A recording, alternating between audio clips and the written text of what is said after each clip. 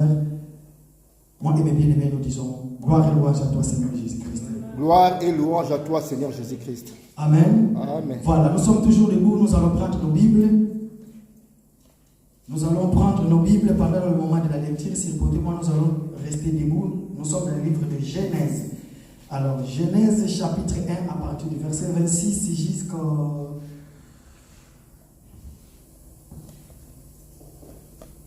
jusqu'au 30. Genèse chapitre 1, pardon, à partir des versets 26 jusqu'à verset 30. Amen. Est-ce que frère Yannick peut nous faire la lecture, s'il vous plaît? Puis Dieu dit, faisons l'homme à notre image, selon notre ressemblance, et qu'il domine sur les poissons de la mer, sur les oiseaux du ciel, sur le bétail, sur toute la terre, et sur tous les reptiles qui rampent sur la terre.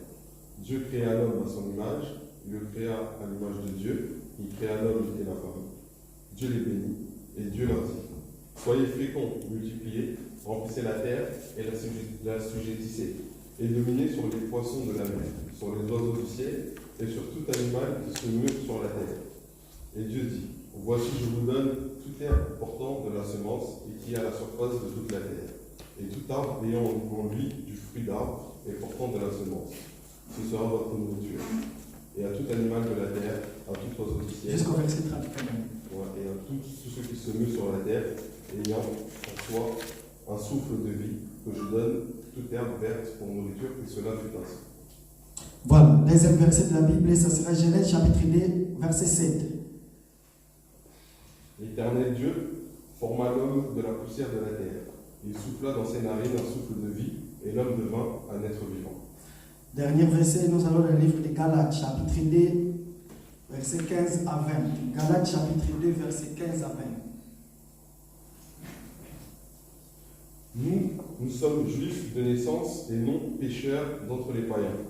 Néanmoins, sachant que ce n'est pas par les œuvres de la loi que l'homme est justifié, mais par la foi en Jésus-Christ, nous aussi nous avons cru en Jésus-Christ afin d'être justifiés par la foi en Christ, et non par les œuvres de la loi. Parce non, mon frère Yannick, c'est pas ça le verset. 2. Galates, chapitre 2, verset 15 jusqu'à 15 à 20.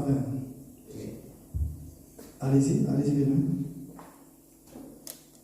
Néanmoins, sachant que ce n'est pas par les œuvres de la loi que l'homme est justifié, mais par la foi en Jésus-Christ, nous aussi nous avons cru en Jésus-Christ afin d'être justifiés par la foi en Christ et non par les œuvres de la loi.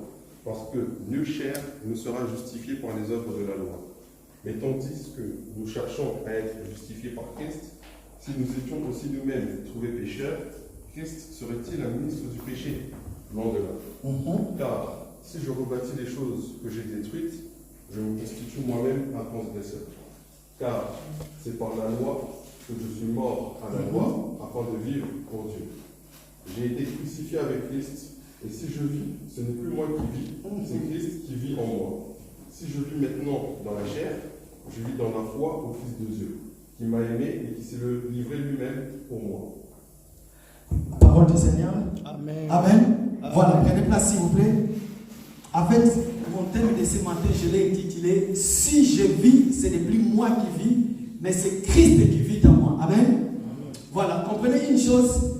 La Bible nous dit que Christ c'est l'Esprit, n'est-ce pas? Christ c'est le ministère, n'est-ce pas? Jésus, c'était le fils de Marie. Faisons part des choses. J'explique. Jésus, c'était le fils de Marie, qui est né par Marie.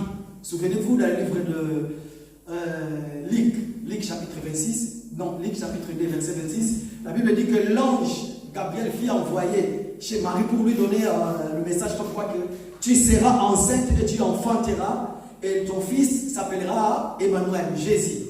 Alors, Jésus était le fils de Marie. Pourquoi? Parce que Jésus devait porter un corps. Le corps qui va subir des douleurs. Le corps qui va aller jusqu'à la mort sur la croix. Amen.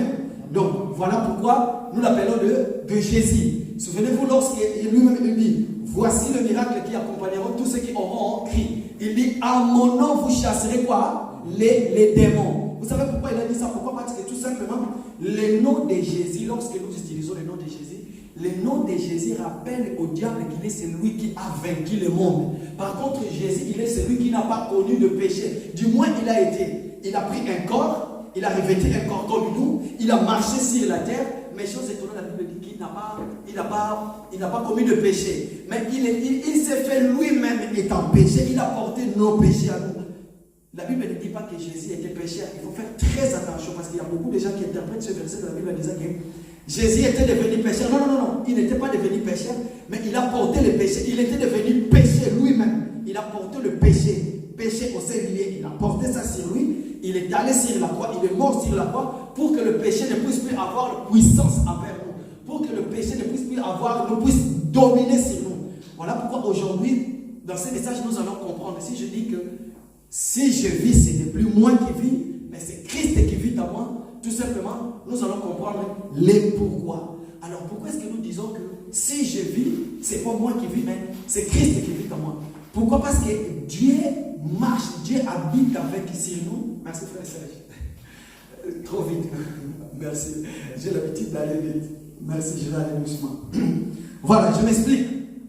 Si je dis que c'est plus moi qui vis, c'est Christ qui vit en moi, ça veut tout simplement dire que moi, continuer dans ma vie, tout ce que je fais, tout ce que je sais, cela veut tout simplement dire que ce n'est plus moi qui dirige ma vie, mais il y a quelqu'un qui dirige ma vie. Amen. Et comment cette personne est venue habiter sur moi pour diriger ma vie? Pour ceux qui sont accros des jeux vidéo, les vidéos, vous savez une chose, lorsque tu es en train de jouer sur le PlayStation, cela veut dire que c'est toi qui diriges. C'est toi qui diriges le jeu en fait. C'est toi qui le tiens, c'est toi le maître. C'est toi qui vas dire, à ce moment-là maintenant, je vais marquer le but. À ce moment-là, je vais tirer. À ce moment-là, je vais faire ceci. C'est comme si quelqu'un qui est en train de diriger un robot, c'est celui qui dirige le robot. Il dit, maintenant le robot, tu vas te déplacer, tu vas là-bas. Maintenant le robot, tu vas reculer. Maintenant, tu vas te mettre debout ici. Pourquoi? Parce que tout ce que ce robot-là fait ne dépend plus de lui. Mais ça dépend de la personne qui fait quoi? Qui lui dirige. Voilà. Donc c'est ça que nous allons voir aujourd'hui. Maintenant, comment est-ce que nous allons comprendre ces choses? Nous venons de lire dans le livre de Genèse chapitre 1, à partir du verset 26, où la Bible dit, verset 26, la Bible dit, puis Dieu dit, faisons l'homme à notre image, selon notre ressemblance, et qu'il domine sur les poissons de la mer, sur les oiseaux du ciel, sur le bétail, sur toute la terre, et sur tout reptile qui rampe sur la terre. Dieu dit, faisons l'homme à notre image. Amen. Est-ce qu'il y a les images de Dieu parmi nous? Est-ce qu'il y a quelqu'un qui est l'image de Dieu ici parmi nous? Amen. Alléluia. Amen. Alléluia. Amen. Voilà. J'ai compris une chose. Vous savez les choses de Dieu, il faut être sûr de ce que tu dis. Amen. Il ne faut pas avoir des doutes quand tu es sûr de ce que tu es, sûr de ton identité à toi. Amen. Voilà. À partir d'aujourd'hui, à moins que tu sois un chauve-souris. Amen. Amen. À partir d'aujourd'hui, si on te pose la question, je dis chauve-souris pourquoi? Parce que à des fois il est chauve et en même temps il est souris en fait. Un souris qui a des ailes, s'il va chez les oiseaux, on lui dira non, tu n'es pas des nôtres. Parce que nous, les oiseaux, nous n'avons pas, comment dirais-je, des poils comme toi, voilà. Et si, à ce moment-là, il va chez les souris lui diront non, nous n'avons pas les ailes. Donc, cela veut dire qu'il y a des gens qui sont comme des caméléons, qui s'adaptent par rapport aux situations, par rapport à l'endroit. Quand il est avec les chrétiens, il est chrétien. Quand il est avec les païens, il est païen. Maintenant, c'est quoi ton identité? Qui tu es? Dis-moi qui tu fréquentes, je te dirai qui tu es.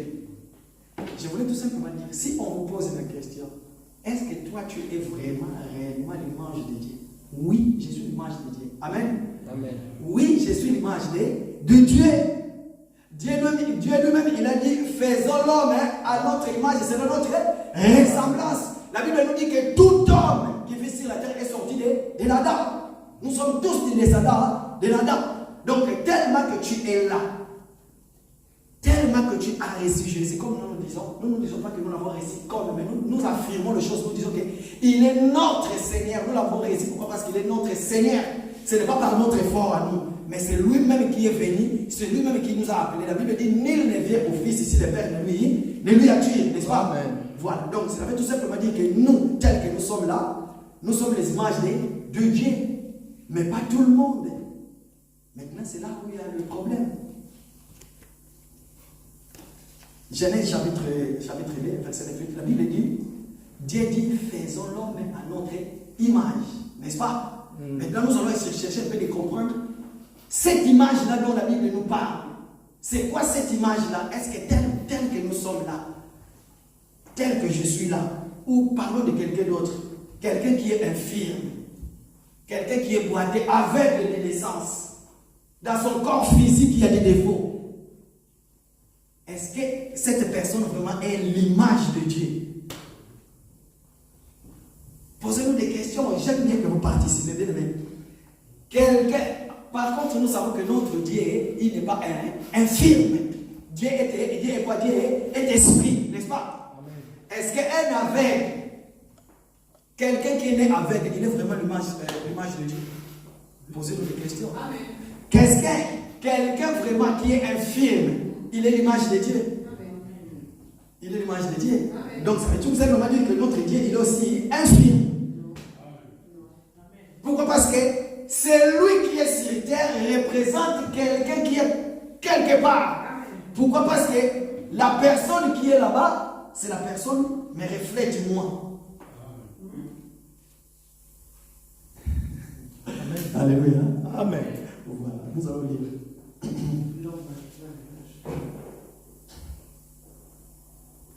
Nous allons lire Genèse chapitre 2, verset 7. Bible dit, l'Éternel Dieu forma l'homme de la poussière de la terre, il souffla dans ses narines un souffle de vie et l'homme devint une âme vivante. Amen. Amen. Voilà. Bien-aimés, comprenez une chose, notre Dieu n'est pas infirme. Notre Dieu que nous prions, il est esprit. N'est-ce pas? Amen. Le Dieu que nous prions, il est esprit. Si aujourd'hui, quelqu'un qui est aveugle de naissance, quelqu'un qui est paralytique ou quoi que ce soit, on nous dit que voici c'est lui l'image de Dieu, il y a un problème, bien aimé. Ça veut tout simplement dire qu'il y a un problème. Pourquoi? Parce que notre Dieu n'est pas aveugle, notre Dieu n'est pas infirme, mais notre Dieu, la Bible nous dit que lorsqu'il a tout créé, il a dit que bon, il a créé le ciel, il a dit que c'est bon, les oiseaux, tout ce qu'il a fait, il a dit que c'était quoi? C'était bon. Maintenant, le problème, c'est quoi?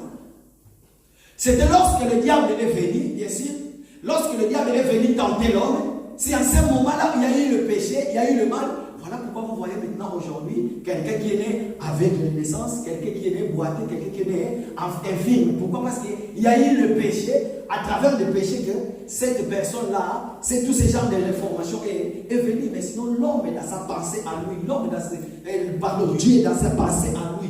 Il n'a pas voulu que l'homme qu'il a créé puisse être infirme, que l'homme qu'il a créé puisse être aveugle ou quoi que ce soit. Mais Dieu a toujours voulu que les choses qu'il a créées soient bonnes. Nous allons comprendre une chose. Suivez-moi bien. Vous allez comprendre ce que je vais dire. La Bible dit que Dieu va faire un mouvement. Dieu va prendre la poussière de la terre. Dieu va aller quelque part, il va prendre la poussière de la terre, il va créer une statue. Dieu va faire le statue. Cette statue-là qu'il va faire, il va choisir la poussière parmi d'autres poussières, n'est-ce pas? Dans la ville d'Éden, parce que le jardin d'Éden, pour votre information, le jardin d'Éden n'a pas de nom en fait. Dans cette ville-là, il y avait une ville qui s'appelait la ville d'Éden. C'est là où Dieu a planté le jardin, n'est-ce pas? J'aime bien expliquer les choses. Suivez-moi très bien. Jusqu'à aujourd'hui, nous ne savons pas le nom du jardin d'Éden.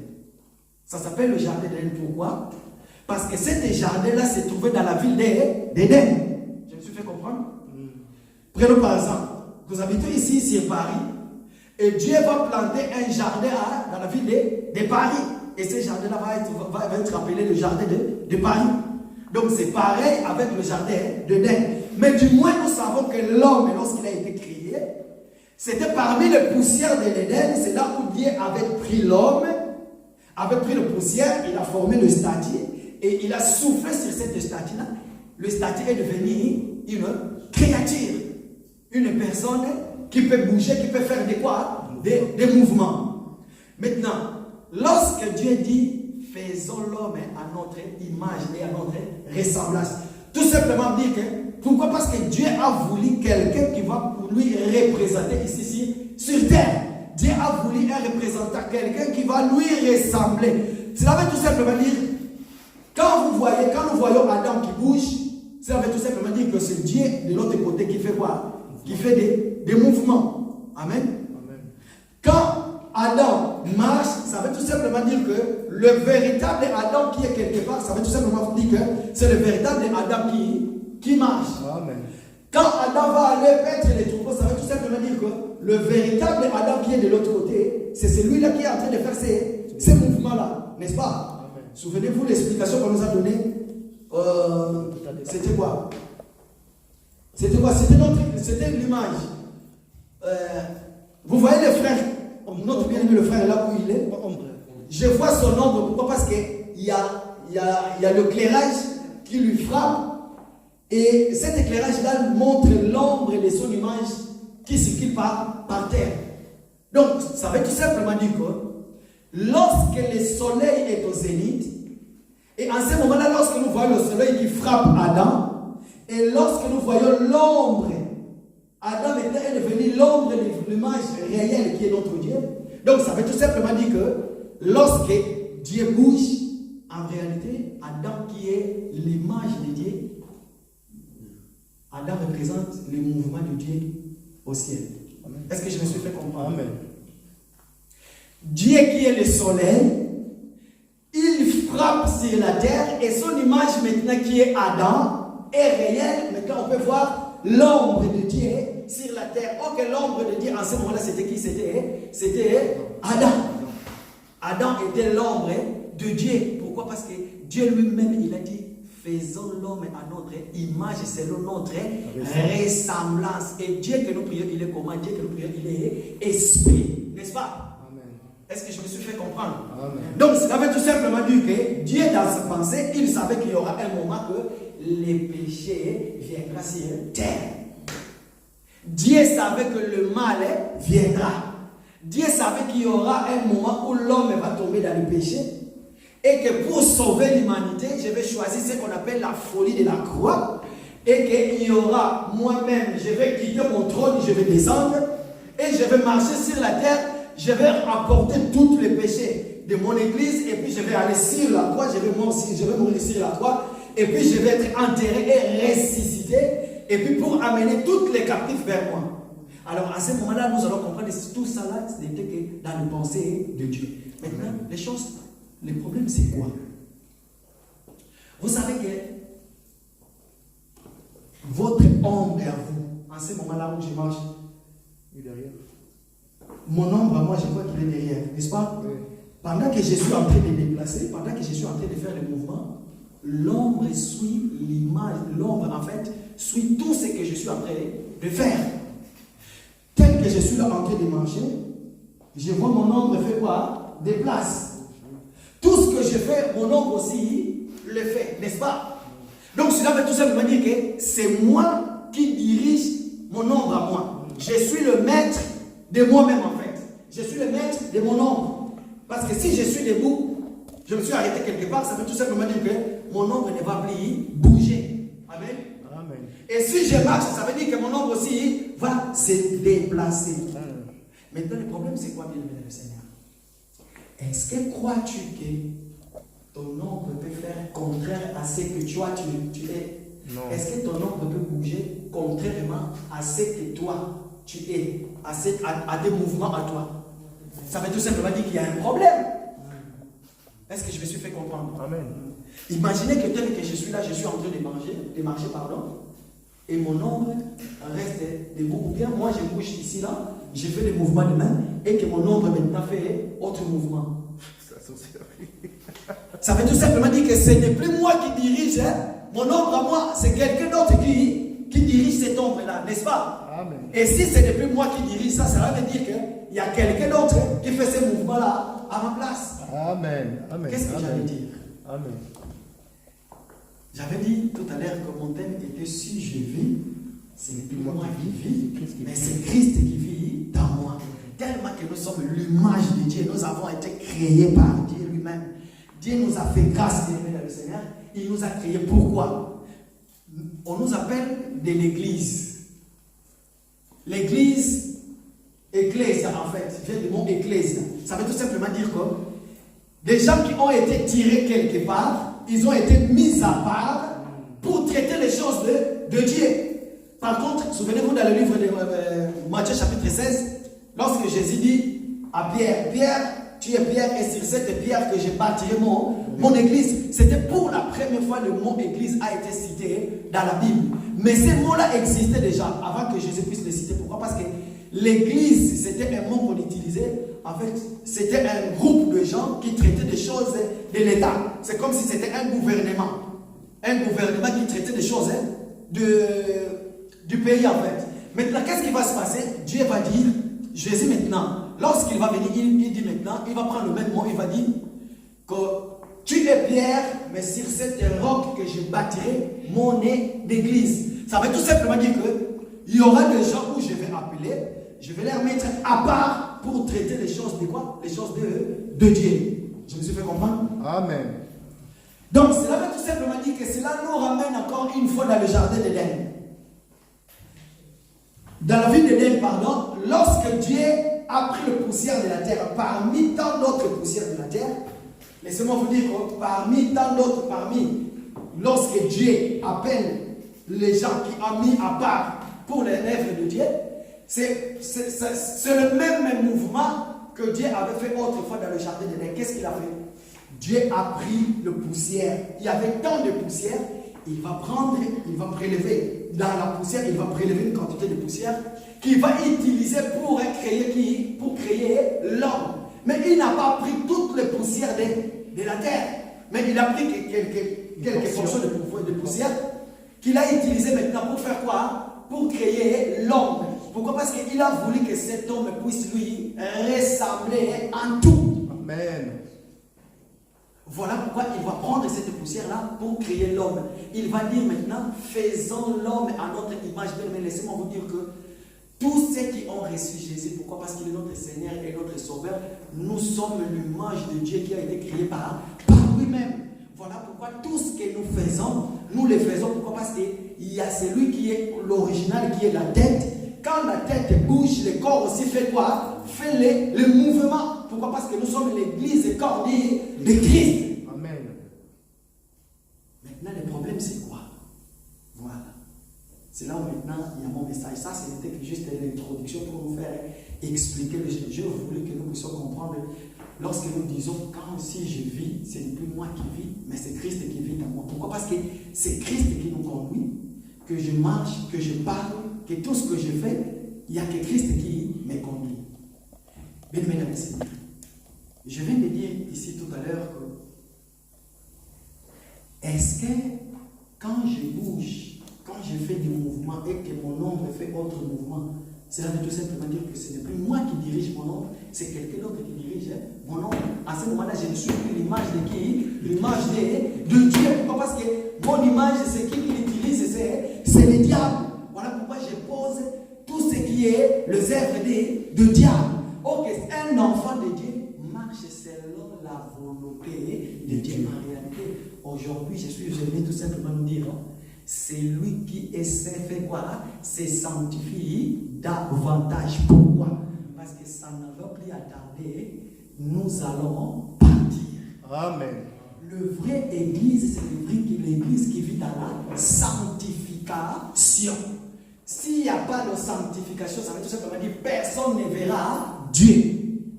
Tu peux beau prier, tu peux faire tout ce que tu veux. Sachez une chose, si tu ne vis pas dans la sanctification, la mort aussi peut te surprendre. Laissez-moi vous dire, la mort aussi c'est une façon, c'est une porte qui nous permet d'aller à la rencontre de notre Dieu.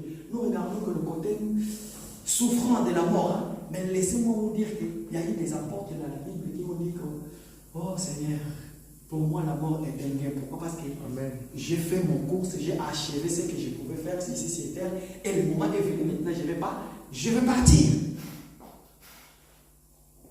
Est-ce que je me suis fait comprendre? Amen. Nous allons lire. Prenez nos Bibles, s'il vous plaît. Prenez nos Bibles, s'il vous plaît. Romains chapitre 12, frère Yannick. Romains chapitre 12, verset 1 à 2. Romains chapitre 12, verset 1 à 2. Je vous exhorte donc, frères, par les compassions de Dieu, à offrir vos corps comme un sacrifice vivant, saint, agréable à Dieu, ce qui sera de votre part un culte raisonnable. Ne vous conformez pas au siècle présent, mais soyez transformés par le renouvellement de l'intelligence, afin que vous discerniez quelle est la volonté de Dieu, ce qui est bon, agréable et parfait. Comprenez une chose bien aimée, la Bible nous dit, l'apôtre nous dit, je vous exhorte frères à faire quoi? Participer bien aimé, à faire quoi? À offrir vos corps comme quoi? Comme un sacrifice. Vous savez, notre Dieu, Jésus, il est celui qui a fait l'ultime sacrifice sur la croix. La Bible dit, il s'est fait pécher lui-même, il a porté nos péchés, il est allé jusqu'à la mort sur la croix. Et il a donné sa vie à lui, afin que nous soyons sanctifiés. Bien-aimés le Seigneur.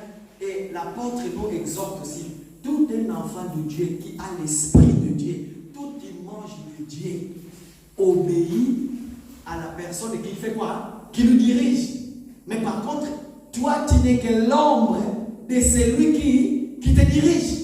Et tu ne peux pas faire contraire à ce que l'image originale fait. Amen. Tu es obligé de suivre ce que l'image réelle, ce que l'image originale te dit à faire, te pousse à faire. À ce moment-là, nous allons dire que tu es vraiment l'image de Dieu. Amen. Tu es vraiment la ressemblance de Dieu. Voilà pourquoi la Bible nous dit d'offrir nos corps comme des sacrifices. Donc, cela veut tout simplement dire qu'en ce moment-là, quand tout le monde marche dans le péché, moi je fais contraire ce qui est le péché. Moi je marche selon la volonté de Dieu. Pourquoi? Parce que ce n'est plus moi qui vis, mais c'est Christ qui vit en moi. Quand les gens volent, moi je ne vole plus. Quand les gens disent des mensonges, moi je ne dis plus des mensonges. Quand les gens marchent dans le péché, moi je ne suis plus dans le péché. Pourquoi? Parce que ce n'est plus moi qui vis, mais c'est Christ qui vit en moi. Tellement que celui qui nous a appelés, il est saint, il est avantagé que nous aussi nous soyons saints.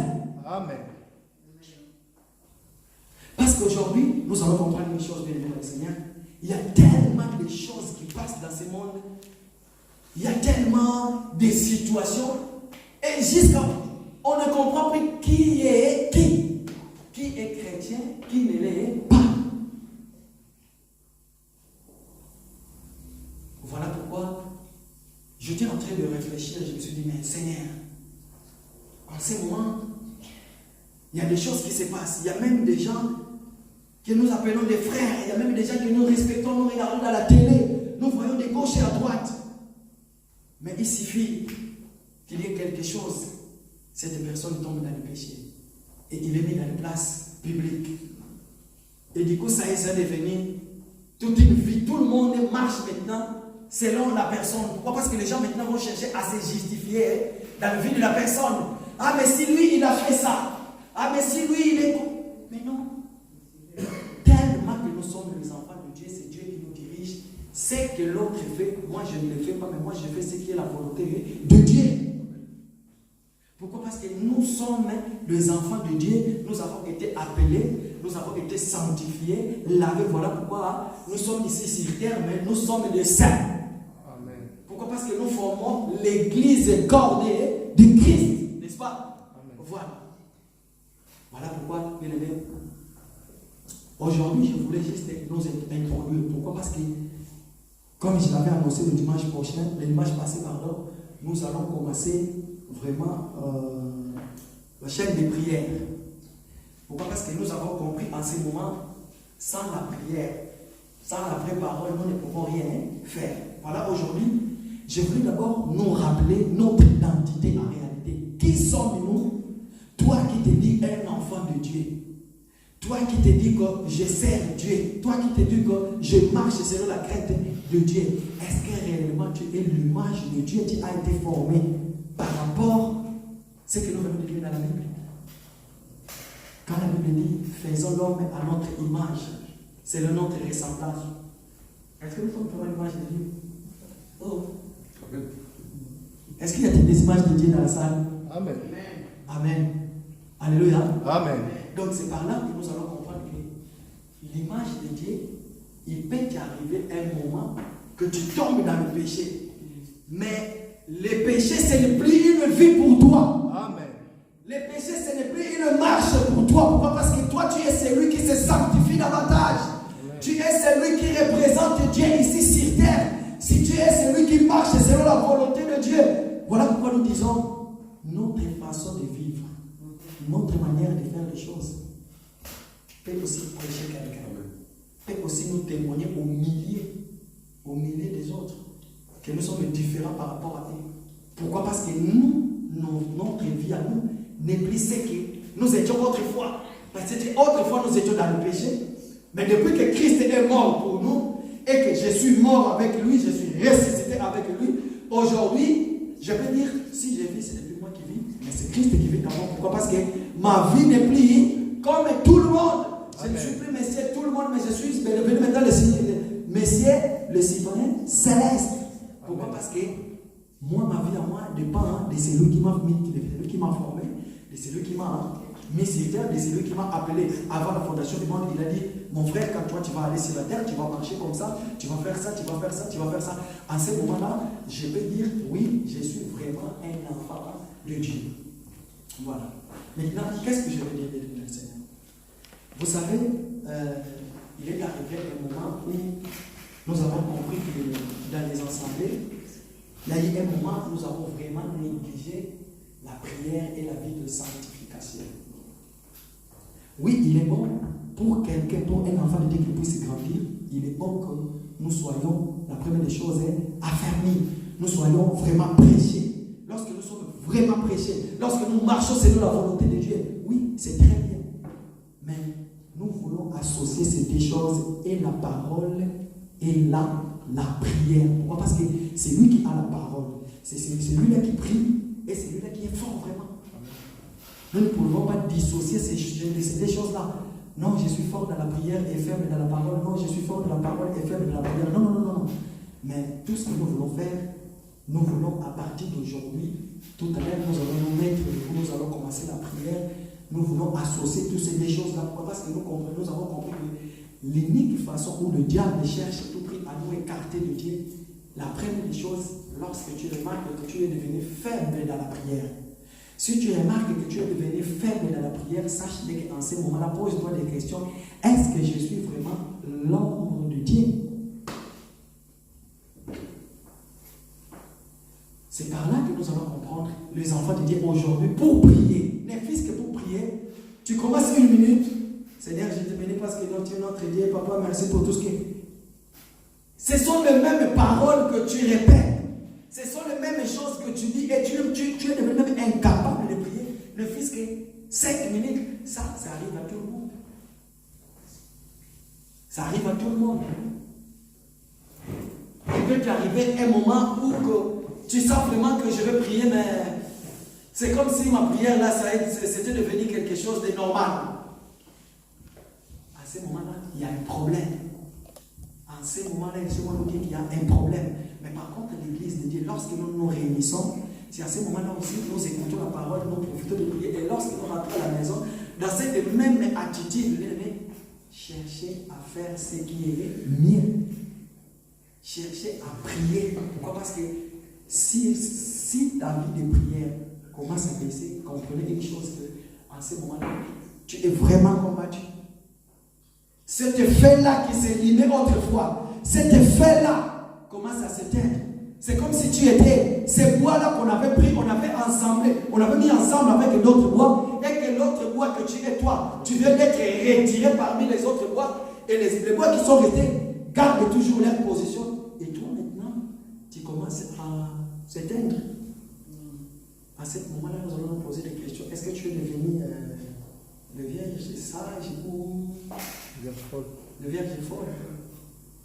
Est-ce que tu as gardé ta lampe avec de l'huile ou bien tu n'as plus de l'huile et que tu as tout simplement la lampe? Dieu est bon, bien aimé dans le Seigneur. Voilà pourquoi si nous pouvons comprendre une chose, c'est que nous allons comprendre à chaque fois, à chaque instant, À chaque moment, Dieu révèle sa parole. Dieu donne sa parole. Il explique, il parle, il dit. Quand Dieu comprend qu'il y a quelque chose qui ne va pas, il vous met la parole. Il vous explique. Regarde les bien-aimés, il y a ceci qui ne va pas. Cherchez ma face. Évitez le péché. Parce que le moment est venu où le diable qui rôde tout autour de nous va chercher à frapper. Mais tellement que nous sommes les enfants de Dieu, tellement que nous avons été appelés, nous avons été lavés par le sang de l'homme, à ce moment-là, si la vie de prière c'est une vie pour nous. Voilà pourquoi je me souviens un jour, on avait fait une émission, on avait le veillé ici, on avait fait une émission avec le frère Serge, on parlait de la prière. On parlait de la prière parce que nous avons compris que dans les assemblées, il y a eu un moment de la parole, et les gens qui recevaient la parole, si tu regardes sa vie ne correspondait même pas à un enfant de Dieu. Il a la parole, mais il marche dans le péché. Il a la parole, mais il n'a pas la vie de prière. Comment vous voulez qu'il puisse avoir des guérisons, des miracles qu'on appelle autrefois, des aveugles qui recouvrent la vie, des boiteux qui marchent parmi nous? Mais par contre, c'est la promesse. C'est Dieu qui nous a fait cette promesse. Amen. C'est Dieu qui nous a dit, allez et faites toutes les nations de disciples. Ceux qui croiront seront quoi? Seront baptisés. Amen. Et voici les miracles qui appelleront quoi? Qui accompagneront. Amen. Maintenant, comment est-ce que nous vivons ces miracles-là si nous ne marchons pas dans la sanctification? Amen. La Bible dit quoi? Cherchons tous quoi? Et quoi? La justice. Sans lesquels personne ne verra qui? Voilà pourquoi à partir d'aujourd'hui, bien aimé dans le Seigneur, chaque fois, nous allons prendre un temps, un moment dans la prière, d'écouter d'abord la parole, après nous allons nous plonger dans la prière. Après la prière, nous allons donner les annonces et puis ainsi de suite, nous allons continuer notre réunion de prière. Aujourd'hui, ce n'était que juste une petite introduction que je fais. Et puis le dimanche prochain, nous allons continuer. Nous allons monter encore dans d'autres choses. Nous allons expliquer en réalité la prière, ça sert pourquoi? En réalité, un enfant de Dieu, c'est lui qui se dit qu'il est l'ombre de Dieu visible ici sur terre. Comment il faut marcher, comment il faut faire, qu'est-ce qu'il faut faire pour que ta vie puisse ressembler à celui qui nous a aimés, à celui qui nous a appelés, à celui qui nous a fait grâce d'être appelés les enfants de Dieu. Que le Seigneur bénisse sa parole. Lèvons-nous maintenant debout.